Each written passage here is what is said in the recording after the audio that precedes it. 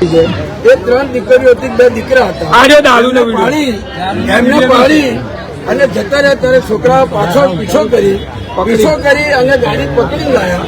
એ દરમિયાન મારો ભત્રીજો નૈમેશ ઠાકોર વિડીયો ઉતારતો હતો. પોલીસે કઈક અંદર મિલીભગત કરી. પીસીઆર કોણ હતી મને ખ્યાલ નથી, પણ પોલીસે અંદર તોડબાદ કરી, સેટિંગ કરી અને ગાડી રવાના કરી. મારો છોકરો લાઈવ કરે છે તો એના ઉપર ગાડી નાખી અને અત્યારે હોસ્પિટલ લઈ ગયા. પહેલા કાયદેસર આ તો આરોપી છે, પણ એનાથી 10 ગણા આરોપી પોલીસ છે.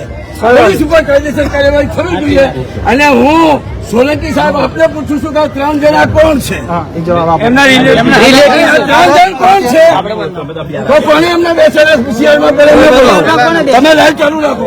લાઈવ ચાલુ રાખો. પહેલા અમને કોને પીસીઆરમાં કોને બેસેલા સાહેબ ને કીધું નહીતર પીસીઆર કોની હતી? આ ભાઈ પીસીઆર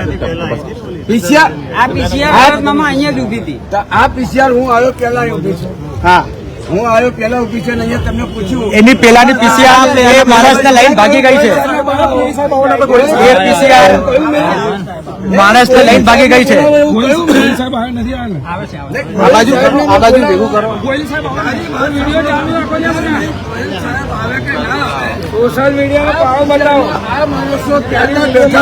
સોશિયલ મીડિયાને બોલાવો. પણ આ પીસીઆર 1 કલાકથી ઉભી છે. મને જવાબ નથી આપતી. હજુ ધારાસભ્ય જવાબ નથી આપતી. રાધેયો શું જવાબ? 100% સાહેબની વાત છે. કોણ બેઠું છે? આ ગુનેગારો છે કોણ છે? પહેલા આ ગુનેગારો છે કોણ છે? એનો જવાબ આપો. કોણ છે? પોલીસનો નામ, ગાડી નંબર, ગાડીનો નંબર બધું જ છે.